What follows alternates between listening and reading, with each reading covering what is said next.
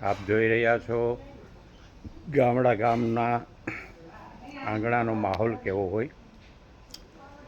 તો આ ગામનું એક આંગણું છે. જાણે કૃષ્ણ રૂક્ષ્મણીની સાથે મધુવનના ગહેરાઈ વનની અંદર ઊભા બંસુરી બજાવતા હોય એવું સુંદર દ્રશ્ય જોવા મળે છે.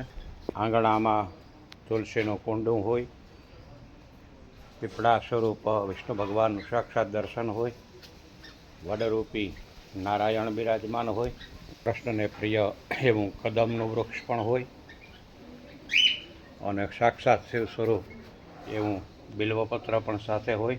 અલગ અલગ વિવિધ વનસ્પતિઓ, ગુલાબ છે, આ સર્વ ઔષધિયુક્ત વૃક્ષ છે. આ મરઠ જે ગળું સાફ કરી શકે, લીંબોડી છે, પારિજાતકનું વૃક્ષ છે. આ બધા વિવિધ વૃક્ષો, આ શેતુરના મીઠા વૃક્ષોનું ફળ અને સાથે આંગણામાં કલ્પવૃક્ષ સમાન એવી નાળિયેરી, એ માથે નાગરવેલના વેલો ચડેલો હોય જોઉં છું, અને એકદમ નાળિયેરથી રૂમઝૂમ કરતા નાળિયેરીના કલ્પવૃક્ષ સમાન લાગેલા હોય. લક્ષ્મી સ્વરૂપ એવી મનીવેલનું સ્વયં જાણે તોરણ બાંધેલું હોય. શાંતિ અને સહનશીલતાના પ્રતીક સ્વરૂપ એવા ભગવાન બુદ્ધ મંદ હાસ્યથી જાણે આશીર્વાદ આપતા હોય. બાજુમાં મોરલાઓ ટહુકતા હોય એવા દેશી ભરેલા તોરણો બાંધેલા હોય. અલગ અલગ વિવિધના વનસ્પતિઓના રોપા, એમની અંદર અશોક સમાન આસોપાલવનું વૃક્ષ ખિલખિલાટ હોય. 100 વર્ષ જૂની એવી આ ગોરીઓ કે જેની અંદર એકસાથે 5 ગાયોની છાશ ફેરવાતી એવી 100 વર્ષ જૂની ગોરીઓ અને શ્રવણની આ રવાઈ માથે હોય. અનાજ ભરવાની 100 વર્ષની જૂની માટીની કોઠલી ઉપર પક્ષી કલબલાટ કરી અને સંગીતના સુર ફેલાવતા હોય.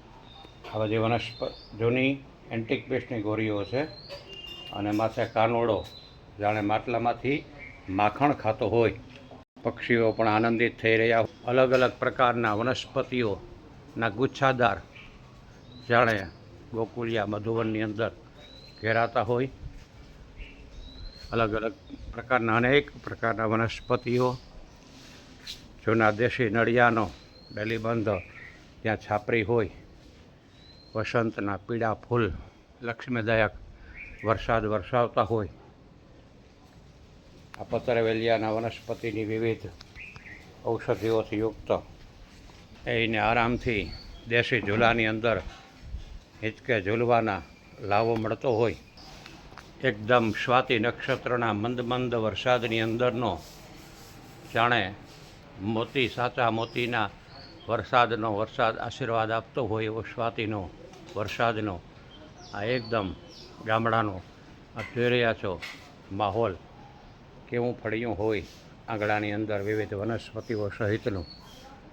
એટલે જ કીધેલું છે ગોકુળિયું ગામ, અને ગોકુળિયું આંગણાની અંદર ભગવાન જાણે રમણ કરી રહ્યા છે. ગુફાની અંદર જાણે કાનુડો પણ રમી રહ્યો હોય નાનો એવો અદ્ભુત દ્રશ્ય. શોભતી લીલી છમ વનરાય, કરંજના અને વિવિધ પ્રકારના વનસ્પતિઓથી શોભતા પક્ષીઓના કલરવ, અનેક પક્ષીઓ, દેશી મધપૂડો પણ ત્યાં બિરાજમાન હોય એવું આ ગામડાનું અદ્ભુત દ્રશ્ય છે કે જેમાં બેસે તો પણ માણસને વાઇબ્રેશન અને ચાર્જિંગ થઈ જાય એવું આ અદ્ભુત આંગણાનું દ્રશ્ય જોઈ રહ્યા છો આપ.